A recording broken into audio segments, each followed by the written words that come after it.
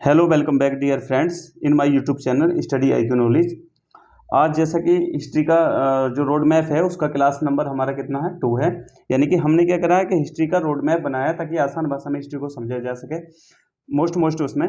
तो आज हम देखेंगे भाई सेकंड हमारा जो क्लास है, सेकंड क्लास में आज हम बात करेंगे इतिहास के सेकंड पार्ट का नाम है प्रोटो हिस्टोरिकल पीरियड्स, यानी हिंदी में कहा जाता है आदि ऐतिहासिक काल। अब आदि ऐतिहासिक काल के जो फादर हैं उन फादर का नाम है जॉन मार्शल, यानी कि इस सभ्यता की इस काल की खोज किसने की भाई? जॉन मार्शल ने। दूसरा, अगर बात करें भाई इस सभ्यता में क्या क्या मोस्ट है, तो भाई रिटन एविडेंस, यानी कि इस काल में इस सभ्यता का रिटन एविडेंस है। रिटन एविडेंस का मतलब है लिखित दस्तावेज है बट नोट रीड, पढ़ा नहीं जा सकता। यानी कि इस सभ्यता का आदि ऐतिहासिक काल का लिखित सभ्यता दस्तावेज है बट उसे पढ़ा नहीं जा सकता। फिर नेक्स्ट देखें, it's is called also called Indus valley civilisation. Indus valley civilisation मतलब सिंधु घाटी की सभ्यता। इस पीरियड को कौन सी सभ्यता कहा जाता है? सिंधु घाटी की सभ्यता। फिर इसी पीरियड को कहा जाता है कौन सी सभ्यता?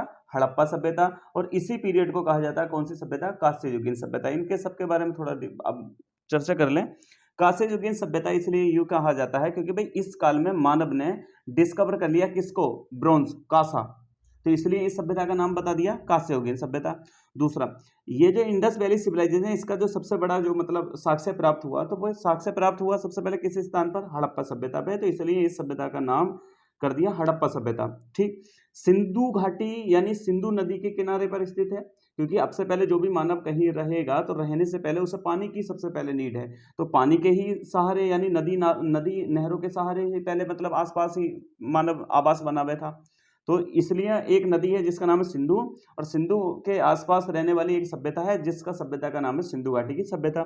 अब इस सभ्यता की जो जानकारी दी, सबसे पहले जानकारी किसने दी भाई? चार्ल्स मैसन ने।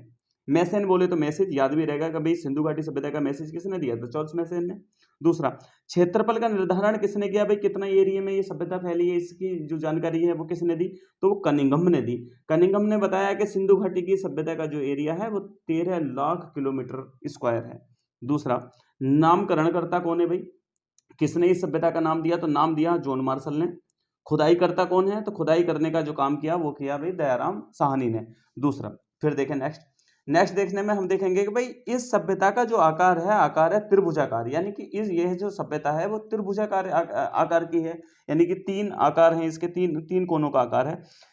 दूसरा, अगर दिशा के बारे में हमने देखा तो भाई देखो हमने कोशिश करा है कि भारत का नक्शा बना करके इसे चीज़ को समझाने से ताकि आसानी से समझा जा सके। तो हमने डिवाइड कर लिया डायरेक्शन में। डायरेक्शन देखा तो भाई अप स्ट्रीम में नॉर्थ, डाउन स्ट्रीम में साउथ, ईस्ट और वेस्ट। नॉर्थ में बात करें तो जम्मू है, और जम्मू में एक स्थान है मांदा, और मांदा जो है किस नदी के किनारे पर है? चेनाब नदी के किनारे पर। क्लियर हो गया। साउथ में इस सभ्यता का एक पार्ट है जो कहाँ है? महाराष्ट्र में। और महाराष्ट्र में एक है दैमाबाद, यानी कि कौन सी नदी के किनारे है? गोदावरी नदी के किनारे।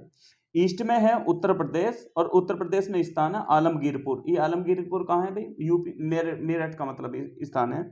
और किस नदी के किनारे स्थित है? हिंडन नदी के किनारे स्थित है।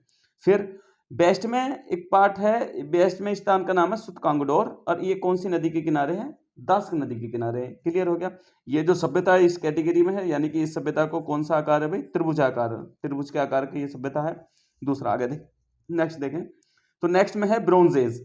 ब्रोंज एज का मतलब है कांस्य युगीन सभ्यता। कांस्य युगीन सभ्यता का मतलब है कि इसमें इंडस वैली सिविलाइजेशन में इसमें क्या हुआ ब्रोंज एज में, यानी कि मानव ने पक्की ईंटों के घर बनाना शुरू कर दिया, यानी कि पक्की ईंटों का क्या करना चालू कर दिया? प्रयोग करना चालू कर दिया। क्लियर हो गया।